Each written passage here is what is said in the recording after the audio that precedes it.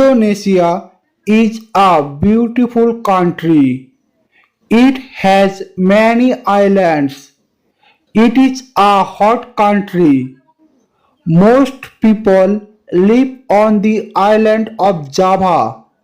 Java is a rich island, but too many people live there and life is not easy. His name was Swigang. Swigang means happy or safe, but Swigang's life was not always happy or safe. There were many people in Swigang's family.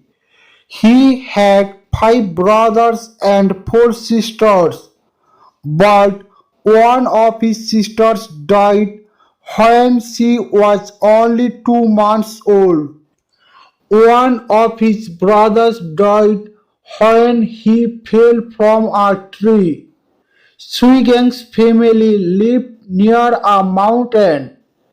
This was a dangerous place because sometimes fire and rocks came down from the mountain.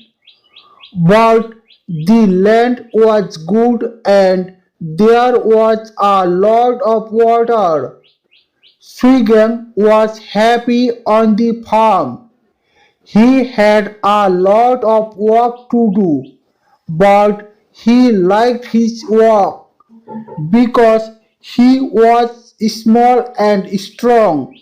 He climbed coconut trees to get the coconuts. He took the cows to the river to wash them. Swigan liked the river very much. He rode on the back of one of his cows and swam in the river with them. One night, just after the family went to bed, Swigan heard a loud noise. It was like the noise of thunder before the rain comes, but there was no wind. The noise came again. This time it was louder. Then his father cried, "It's the mountain! Quick, run to the river!" Swigan ran outside. In the dark, he could see the mountain. A river of fire was moving down the side of the mountain. Swigan could hear the rolling sound of the rocks when they came down the mountain. He could hear the noise of the trees as the fire burned them. All his family were watching. Swigang's father said, "Get some things from the house. We can't stay here. The fire will be here soon." Swigang ran to the house again. He put on his clothes. There was a lot of noise outside by now. People ran about and called to each other. It was very dark. Swigang felt afraid. He looked for his mother and father, but there was no one in the house. He went outside and called, "Father, mother," but no one heard him. Swigang started to run. Many people ran down the side of the mountain, away from the river of fire. Swigang became more afraid. He could not see the road. He just ran. Several times he fell. When he was tired, he stopped. He could run no more. He lay down near a banana tree and he went to sleep. He woke up when the sun came up. He felt cold and hungry. He looked around him. Not far away there was a house.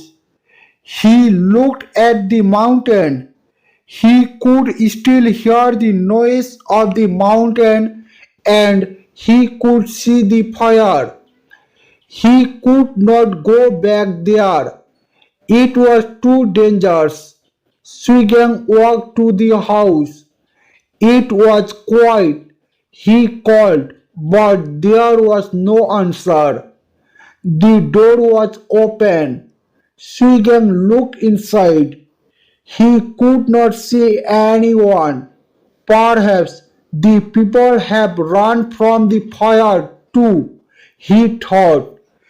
Swigang had a drink and he took some bananas. He started to walk. He came to a town as night fell. This was Swigang's first time in a town like this. The town was not big, but it seemed big to Swigang. At first, he did not feel afraid. He liked the many lights and the noise of the town. In some of the shops, music played loudly. Along the street, people sold many different things: food, clothes, cups, and glasses, food.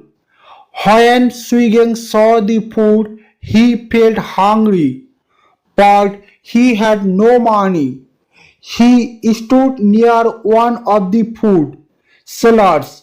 She was an old woman. The rice and other food were in big black pots in front of her. Swigan stood and looked at the food. The old woman saw him. "What do you want?" she said. "I am hungry. Do you have any money?" "No," Swigan answered. "Where do you come from?" "My home is near the mountain. I had to leave because the mountain was angry." "Where are your mother and father?" "I don't know. Perhaps they are dead." Swigan began to cry. "Here, sit down by me," said the old woman. She took a clean piece of banana leaf. She put some pies on it and then some other food. "Eat this," she said. Swigang ate hungrily. Swigang sat and ate his food. The seller was busy with other people. Then she took her pots. She put them on her back and she left. All the other sellers left too. It was late. The streets were quiet.